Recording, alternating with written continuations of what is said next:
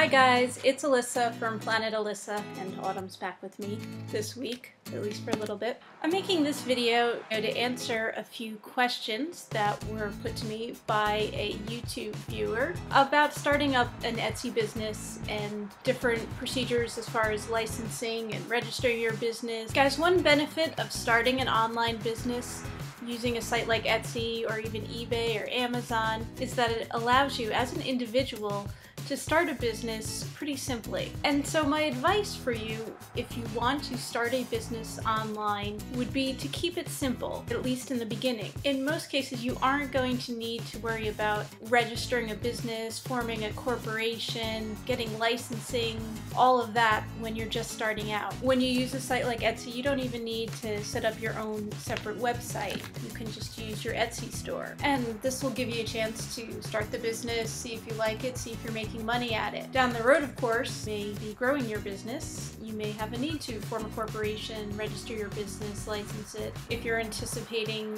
hiring employees, you're making enough money that for tax reasons you'll want to form a corporation, then these are things you'll want to consider down the road.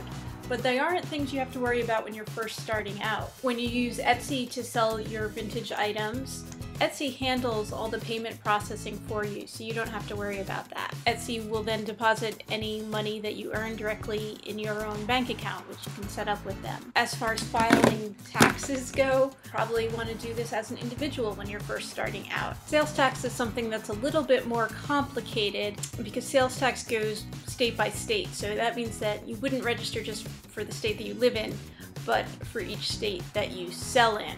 And since you're selling online, this means anywhere that you ship to. But here's the good news, you don't have to worry about that as well when you're first starting out. Right now, Etsy is not set up to accurately process sales tax for the different states. At some point in the future, this is probably going to change, in which case probably receive notification about it. It's only relatively recently that a big site like Amazon has been forced to charge customers sales tax, so it'll probably take some time before Etsy goes down this road. Again, when this happens, you'll receive notification, and I still wouldn't worry about it until individual states approach you to say that you need to pay tax on the items that you've sold to that state. And this is because state tax, sales tax varies from state to state. It's different percentage rates, it's different items that are taxed. If the state does contact you, you can fill out the proper paperwork and pay the taxes, which probably aren't going to be a lot of money because sales tax isn't that much money, and again, it would only be on the items that have shipped to that particular state. So my advice to you would be to go ahead, get started selling on Etsy or on another site. As far as forming a business, hiring employees, setting up a website, that's all stuff that you can do down the road, and it'll be easier to do once you actually have money coming in from the items you're selling on Etsy.